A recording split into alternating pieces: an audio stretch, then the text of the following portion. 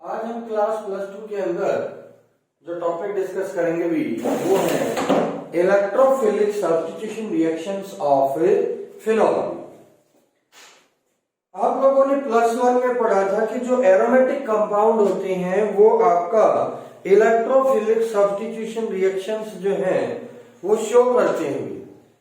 अब 5 कॉमन जो electrophilic substitution reactions हैं वो आमतौर पर हम लगभग हर एक ग्रुप के अंदर बात करते हैं भी, जैसे halogenation, nitration, sulphonation, Friedel Crafts alkylation, Friedel Crafts acylation.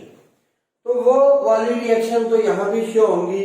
कुछ अलग रिएक्शन भी इलेक्ट्रोफिलिक शो करते हैं फिनॉल। एक तो जैसे कपलिंग रिएक्शन होगी, कॉल्ब रिएक्शन होगी, रेमर-टिमन रिएक्शन होगी। पहले हम कॉमन रिएक्शन के बारे में बात कर ले। पहले भी हम बात कर चुके हैं कि जब भी एरोमेटिक कंपाउंड की रिएक्शन हैलोजन के साथ करवाते हैं in the presence of a halogenating agent like AlCl3, FeCl3, इनके साथ रिएक्शन करवा देंगे तो यहां पर आपको ऑर्थो और पैरा सब्स्टिट्यूटेड हेलोफिनॉल जो है वो प्राप्त होंगे। जो पैरा आइसोमर होंगे वो ज्यादा स्टेबल होंगे बिकॉज लेस स्टीरिक हिंड्रेंस, और जो ऑर्थो आइसोमर हैं वो ज्यादा स्टीरिक हिंड्रेंस होने की वजह से जो है वो लेस स्टेबल होंगे। तो ये मेजर प्रोडक्ट होंगे और ये माइनर प्रोडक्ट आपका जो है वो यहाँ पर होंगे।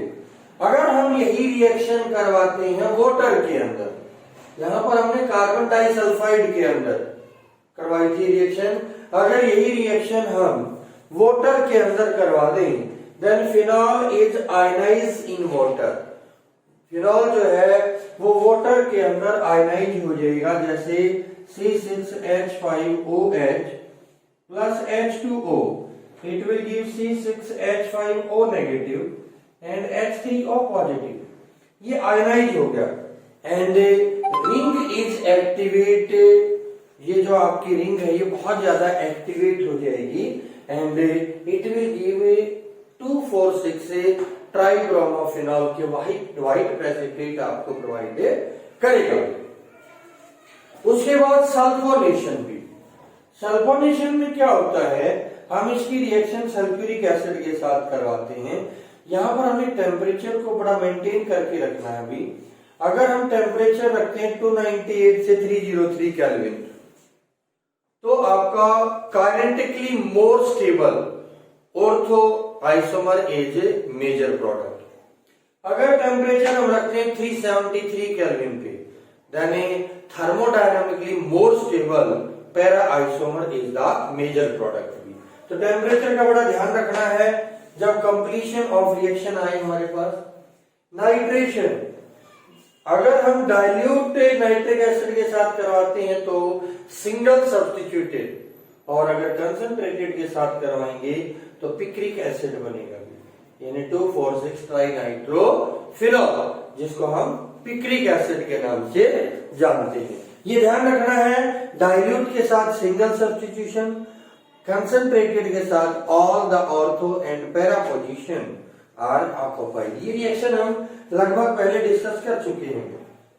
फ्रीडल क्राफ्ट एल्काइलेशन और एसाइलेशन, अगर हम एल्काइल हैलाइड के साथ करवाते हैं इसकी प्रेजेंस में ऑर्थो और पैरा लेस स्टीरिक हिंड्रेंस के कारण मोर स्टेबल मेजर प्रोडक्ट के रूप में प्रोड्यूस होगा।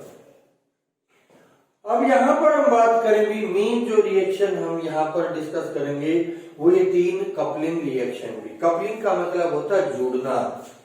अब यहां पर when phenol is treated with diazonium salt, ये है डाइएजोनियम साल्ट, इसके साथ अगर हम ट्रीट करेंगे तो यहां पर इस फिनॉल का ये कार्बन के साथ हाइड्रोजन और ये Cl मिलकर HCl बनाएंगे, यहां पर -HCl निकल जाएगा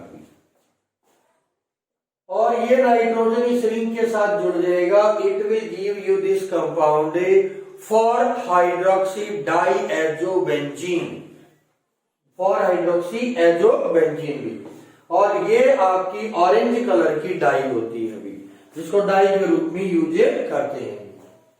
Calm reaction. Carbon dioxide molecule is added into the sodium salt of a phenol. अगर हम कार्बन डाइऑक्साइड ऐड करें at 400 Kelvin temperature and 4 to 7 atmospheric pressure, then it will give you sodium salicylate, which upon acidification will give you salicylic acid. And salicylic acid is the most important reactant used in the medicinal industries. इसको जो है स्लोल बनाने के लिए, aspirin बनाने के लिए और मिथाइल सैलिसाइलेट बनाने के लिए इसको यूज किया जाता है। रेमर-टीमन रिएक्शन भी, रेमर-टीमन रिएक्शन में क्या होता है, chloroform is added into the phenol. अगर हम इसकी रिएक्शन क्लोरोफॉर्म के साथ करवाते हैं तो यहाँ पर CCl2 ऐड हो जाता है इस कार्बन के ऊपर, यह आपको देगा CHCl अब इसकी हमने जो है एक्वस NaOH के साथ रिएक्शन करवा दी तो जो हाइड्रोजन है वो रिप्लेस हो जाएगा OH के द्वारा और ये आपको डिहाइड्रोलाइज होके एल्डिहाइड ग्रुप देगा। Upon acidification it will give a salicyl aldehyde. अगर आप क्लोरोफॉर्म की जगह पर कार्बन टेट्राक्लोराइड ले लेंगे तो सैलिसाइलिक एसिड बनेगा, अगर क्लोरोफॉर्म लेते तो सैलिसाइल एल्डिहाइड बनेगा। This reaction is a known as a Reimer Tiemann reaction. उम्मीद करते हैं कि आपको ये इलेक्ट्रोफिलिक सब्स्टिट्यूशन रिएक्शन जो है वो समझ आई होंगी।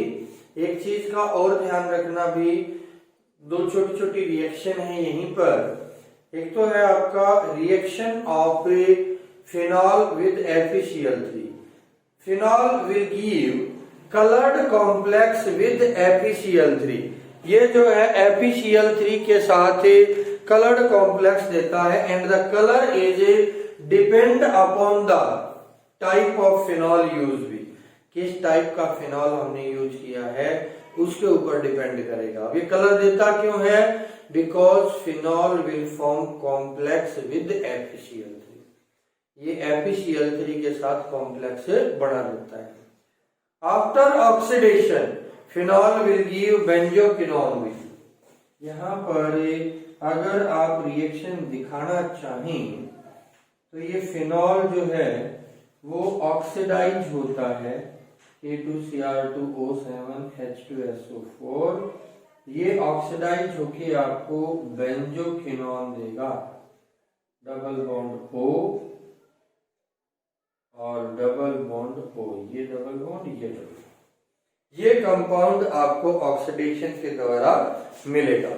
एक रिडक्शन है, अगर हम इसको रिड्यूस करते हैं तो साइक्लोहेक्सेनॉल के अंदर मतलब सारे डबल बॉन्ड टूट जाएंगे और उनकी जगह पर हाइड्रोजन एडेड हो जाएंगे।